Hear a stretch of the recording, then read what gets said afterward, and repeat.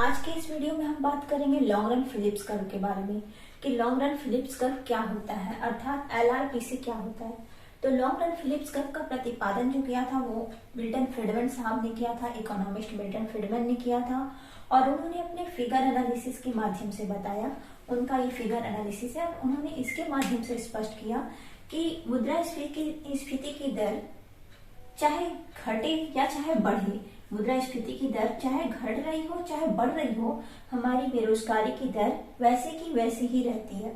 अर्थात उन्होंने बताया कि मुद्रास्फीति की दर आपका जब 2% रह रहा है तो भी हमारी बेरोजगारी की दर 3% ही रह रही है। मुद्रास्फीति की दर बढ़ करके जब 4% हो गई तो भी हमारी बेरोजगारी की दर 3% ही रही। जब मुद्रास्फीति की दर बढ़ करके 4% से 6% पर आ गई तो भी हमारी मुद्रास्फीति की दर 3% पर ही है।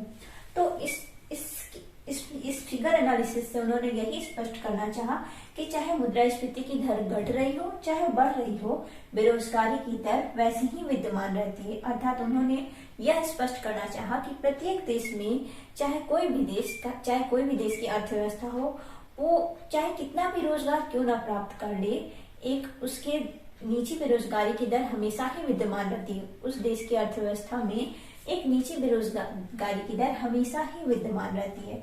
तो उसकी नीची बेरोजगारी की दर जो विद्यमान रहती है उसे ही, जो ये 3% देख रहे हैं, उसे ही बेरोजगारी की प्राकृतिक दर कहते हैं, उसे ही नेचुरल रेट ऑफ अनएम्प्लॉयमेंट कहते हैं। तो इस टॉपिक में हमने जाना कि लॉन्ग रन फिलिप्स कर्व का जो प्रतिपादन किया है वो मिल्टन फ्रीडमैन साहब ने किया है और इसमें मुद्रास्फीति की दर चाहे घट रही हो चाहे मुद्रास्फीति की दर बढ़ रही हो, हमारी बेरोजगारी की दर वैसी की वैसी ही रहती है।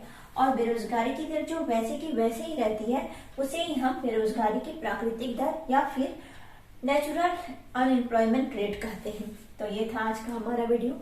आई होप कि आप लोगों को अच्छा लगा हो। Thank you.